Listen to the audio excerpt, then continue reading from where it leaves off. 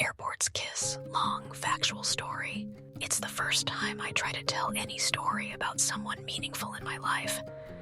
I know some of our behavior is controversial, but I couldn't see things happening any different at the time, and I try to be the most honest possible. I apologize for anyone who could relate in any way or feel offended by those behaviors. My uncle began dating a woman who had a daughter my age. As the family's black sheep, I found an unexpected connection with this outsider. My uncle, with his weird sense of humor, playfully pushed us together, making lighthearted jokes about cousins dating. Being young adults, we took it as harmless uncle humor rather than anything inappropriate. We connected instantly. Our friendship developed mostly through online chatting since we lived in different cities. What started as occasional messages evolved into daily conversations lasting hours.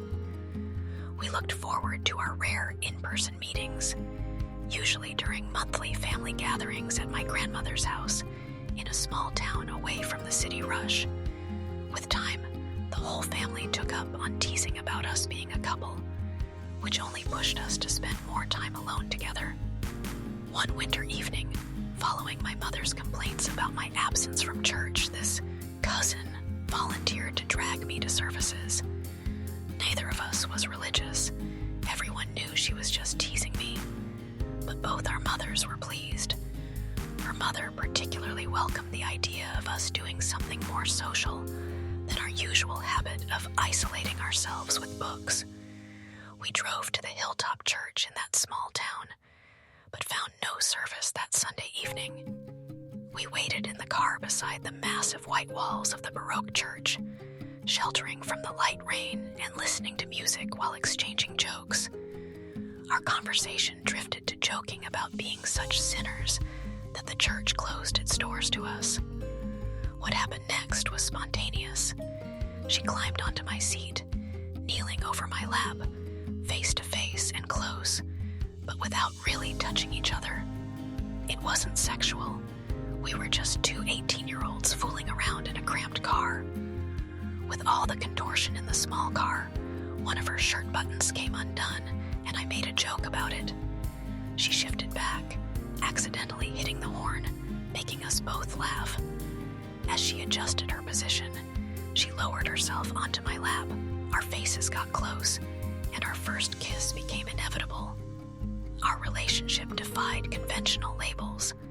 We were family who craved each other's company, sharing a deep connection that transcended typical romantic partnerships. It was a kind of deep love that felt more profound than what romantic partners have. Yet it wasn't sexual 99% of the time. We could be our true selves without worries, free from the need to play any games. Despite the initial geographical separation and my eventual emigration to another country on the other side of the world, her job as a cabin attendant allowed us to meet more often than other family members.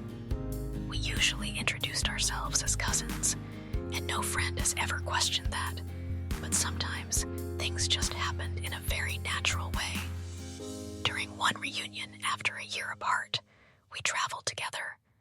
She spoke happily about her relationship with her boyfriend, yet we ended up intimate. When I questioned her about fidelity, she looked honestly shocked and explained that our connection was beyond conventional relationships, so fundamentally deep that no genuine good person would feel threatened by it. Her words left me confused and conflicted. Although I shared her feelings and understood her perspective, I couldn't fully reconcile it with my own emotions. This confusion led to mutual distance. We maintained our cousin relationship, meeting occasionally but avoiding intimacy. Our interactions were honest and open, but we refrained from physical involvement for a while. Our most recent meeting spanned 3 days of pure enjoyment, eating, walking, and sharing stories. I hadn't enjoyed anyone's company like that in years. She announced her engagement to that same boyfriend on the first day of our meeting. which didn't diminish our happiness or companionship. We were both genuinely happy and didn't need to hook up to enjoy each other's presence. On the final day, I took her back to Narita Airport, where a melancholic atmosphere surrounded our farewell. I assumed it was just the post-holiday blues, the inevitable return to reality and work routines on the next day. She checked in as standby for a flight departing in a few minutes and ran to the security checkpoint. Then she suddenly stopped, ran back, and wrapped her arms around my neck, kissing me amid the crowded terminal, witnessed by her shocked colleagues who knew me only as her cousin. That was the most genuine kiss I'd ever shared, different from any before.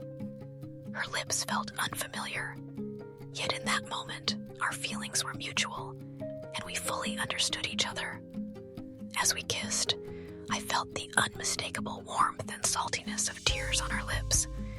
As suddenly as she came back, she went once again running, and I could see she was crying profusely, but smiling,